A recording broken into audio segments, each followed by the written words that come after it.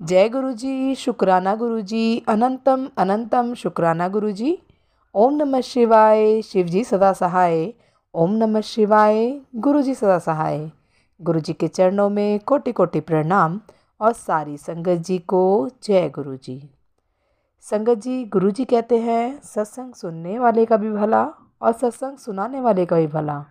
तो संगत जी, आपसे एक रिक्वेस्ट है कि सत्संग को पूरा सुने। सत्संग पसंद आए तो दूसरी संगत जी के साथ सत्संग को शेयर करें ताकि दूसरी संगत जी का भी भला हो सके। और संगत जी, यदि कोई भी सत्संग आपको बार बार पॉपअप हो रहा है तो इसका मतलब गुरु जी का ज़रूर कोई मैसेज है उस सत्संग में आपके लिए। तो सत्संग को ज़रूर सुने, पूरा सुने और गुरु जी का शुक्राना करते रहें। जय गुरु जी, शुक्राना गुरु जी। सारी संगत जी को जय गुरु जी।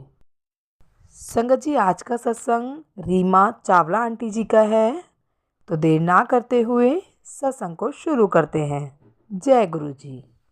ओम नमः शिवाय, शिव जी सदा सहाय। ओम नमः शिवाय, गुरु जी सदा सहाय। मेरा नाम रीमा चावला है। मैं बॉम्बे से हूँ। मुझे गुरु जी के बड़े मंदिर 10 साल पहले जाने का मौका मिला, लेकिन तब गुरु जी ने मुझसे कनेक्शन नहीं बनाया। गुरु जी की इच्छा थी। अभी मैं पिछले साल मई में गुरु जी के बड़े मंदिर गई। लाइफ में प्रॉब्लम्स बहुत चल रही थी। मेरी मदर इन लॉ की फ्रेंड ने मेरी मदर इन लॉ को बताया कि ऐसे गुरुजी हैं दिल्ली में, तो उनके पास जो भी जाता है वो ठीक हो जाता है। मेरी मदर इन लॉ बॉम्बे में थी, वो यहाँ पर लोखंडवाला में गई थी गुरुजी के सत्संग पे, और उन्होंने मुझे फ़ोन करके कहा कि वहाँ जाओ, वहाँ वो गुरुजी शिव जी का अवतार है, और बहुत गुरुजी की बड़ाई की। मैं 10 साल पहले गई थी। मैंने कहा मुझे पता है, मैं 10 साल पहले गई हूँ, लेकिन तब इतनी मतलब संगत जानती नहीं थी जैसे अब जुड़ी है। तब बहुत लिमिटेड संगत होती थी। गए थे हम भी महिमा सुन के, लेकिन कनेक्शन गुरुजी ने तब हमसे नहीं बनाया था। फिर जिस दिन मेरी मदर इन लॉ ने बोला, वो मंडे का दिन था, मैंने अपनी मम्मी को बताया और हम उसी दिन गुरुजी के मंदिर चले गए। दिल्ली में गई थी मम्मी के पास, तो टाइम थोड़ा लिमिटेड ही होता है वेकेशन में रहने का, तो हमने सोचा कि आज ही चले जाते हैं, फिर जाने का टाइम हो जाएगा। और गुरुजी का बड़ा मंदिर सारा दिन तो सिर्फ मंडे को ही खुलता है, बाकी इवनिंग में ओपन होता है, तो शायद ना जा पाए, आज ही चले जाते हैं। गुरुजी ने बुलाना था तो गुरुजी ने उसी दिन बुला लिया। बहुत अच्छा लगा जाकर, मन को बहुत शांति मिली। पर इतनी महिमा पता ही नहीं थी गुरुजी की कि ऐसे इतनी बीमारियां ठीक कर रहे हैं लोगों के, कैंसर, कुछ पता नहीं था। सत्संग सुने नहीं थे, किसी ने बोला नहीं था। जस्ट परेशान बहुत थी हेल्थ की वजह से, तो अब जिसने जो कहा वहाँ माथा टेकना है, तो हम गए, लेकिन अच्छा बहुत लगा।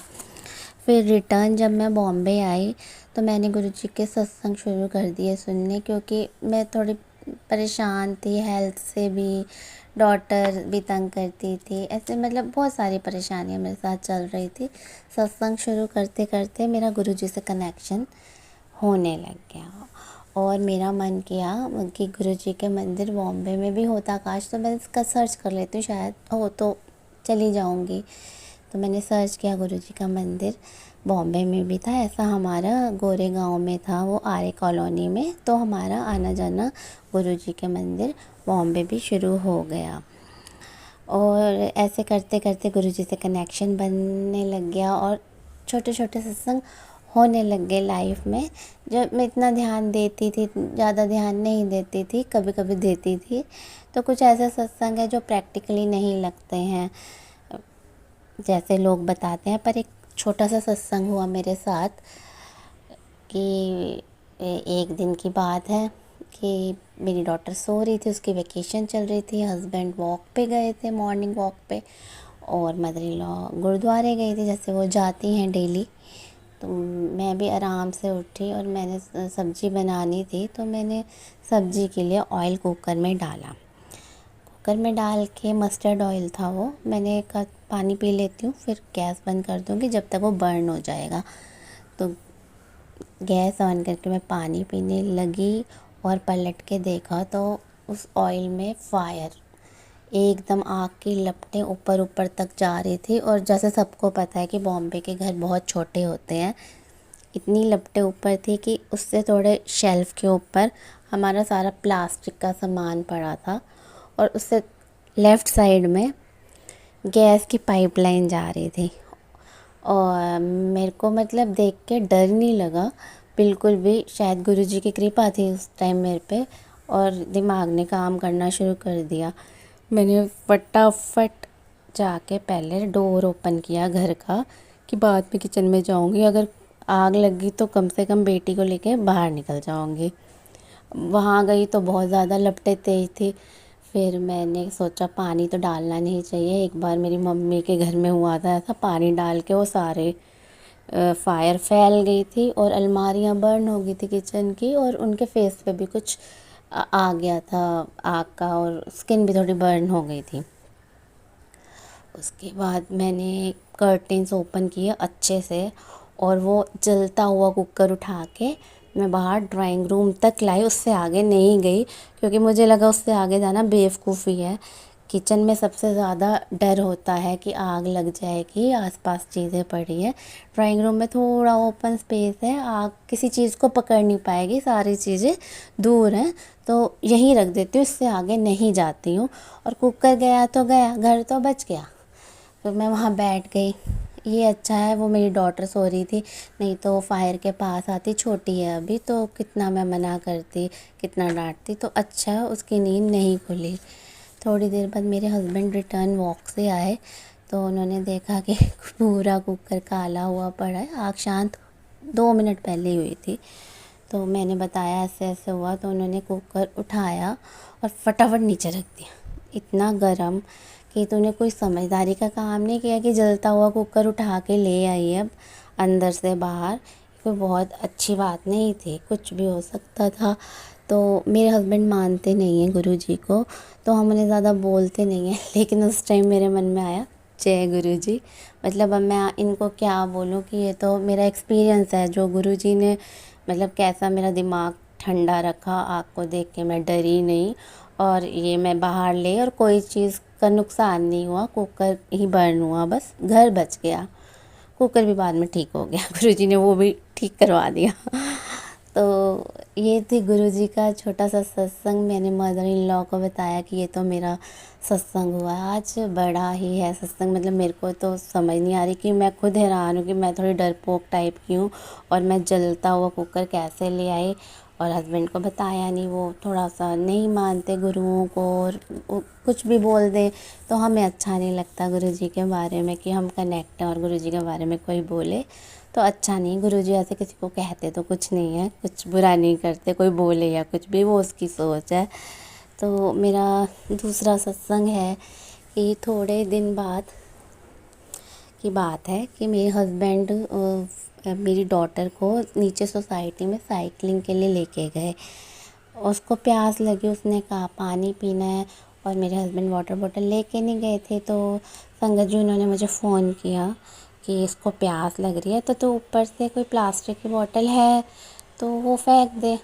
वो 200 ml की बोतल मेरे पास पड़ी थी, वो मैंने पानी भर के, घर का है जो बिसलेरी की छोटी छोटी बॉटल्स होती हैं, वो मैंने नीचे फेंकी। और वो मेरे हस्बैंड के राइट हैंड पे कैच नहीं कर पाए, राइट हैंड की लिटिल फिंगर में वो लगी, और उनकी बोन डिसलोकेट हो गई। मतलब वो ऊपर आए, फटाफट हॉस्पिटल गए, तो एक्सरे से पता चला कि बोन डिसलोकेट हो गई है। कोई नहीं, हमने कहा जय गुरु जी, अगर सर पे लग जाती तो क्या होता। चलो अभी इतना काम बोन से हो गया, बाद में सर्जरी हुई, प्लेट डली है, अभी भी थोड़ी दिक्कत है, पर हमने ये गुरुजी का शुक्राना किया कि अच्छा है गुरुजी की, मतलब सर पे नहीं लगी, कि 4th फ्लोर से फेंकी, और मतलब इतना बड़ा बोन ही डिसलोकेट हो गई है, तो सोचा ही नहीं था दूर दूर तक। मतलब वो दिन भारी था या क्या था, जो गुरुजी ने छोटे में कटवा दिया, उनका कष्ट बड़ा होने से रह गया। बस ये मेरे 2 सत्संग छोटे छोटे, आगे गुरुजी ने कृपा की तो मैं आगे भी सत्संग शेयर करूँगी। शुक्राना गुरुजी, अनंतम अनंतम शुक्राना। और हाँ, एक और बात मैं बताना चाहूँगी सत्संग समाप्त करने से पहले कि मैंने गुरुजी को कहा था कि गुरुजी, जब तक मेरे हस्बैंड आपको नहीं मानेंगे या मुझे आराम से मंदिर जाने दें और मुंह ना बनाए, कुछ उल्टा सीधा नहीं बोले, तब तक मैं कोई सत्संग शेयर नहीं करूँगी। लेकिन ये जो सत्संग बड़ा ही था मेरे लिए, फायर वाला, वो इतना बड़ा था कि उसी टाइम जब ये हुआ, मुझे ऐसे आवाज़ आई अंदर से, गुरुजी ने ही दी कि ये सत्संग तो शेयर करना ही है। फिर गुरुजी ने मेरे घर में छोटा सा सत्संग करवाया था। गुरुजी ही करवाते हैं, हम तो कुछ नहीं कर सकते। और वाकई में वो भी इतना अच्छा एक्सपीरियंस था कि कैसे कैसे सब हेल्प करने आ गए, पता ही नहीं चला। हस्बैंड मेरे बाहर थे और हमने सत्संग करवाया, हमने नहीं, गुरुजी ने सत्संग करवाया। गुरुजी की मर्ज़ी के बिना कुछ हो नहीं सकता, गुरुजी ने आना था, गुरुजी आए। आए कैसे उन्होंने सबसे हेल्प लेके सत्संग करवा दिया, ये हम सोच भी नहीं सकते थे। तो वहाँ पर मैंने ये सत्संग शेयर किया था कि मेरा मन कह रहा था कि ये सत्संग तो शेयर करना ही है। अभी गुरुजी से क्या प्रॉमिस लेना या कुछ, गुरुजी देख लेंगे सब कुछ अपने आप। जब ठीक करना होगा, जब उनका वक्त आएगा, वो भी कुछ नहीं बोलेंगे और हमको आराम से जाने देंगे मंदिर सत्संग में, कुछ नहीं बोलेंगे। ये गुरुजी करने वाले हैं, हम कुछ नहीं हैं। जय गुरुजी, शुक्राना गुरुजी, अनंतम अनंतम शुक्राना। जय गुरु जी। संगत जी, यदि सत्संग पसंद आया हो, सत्संग को लाइक करें, चैनल को सब्सक्राइब करें। सत्संग बोलने में कोई गलती हो गई हो तो कृपया क्षमा करें।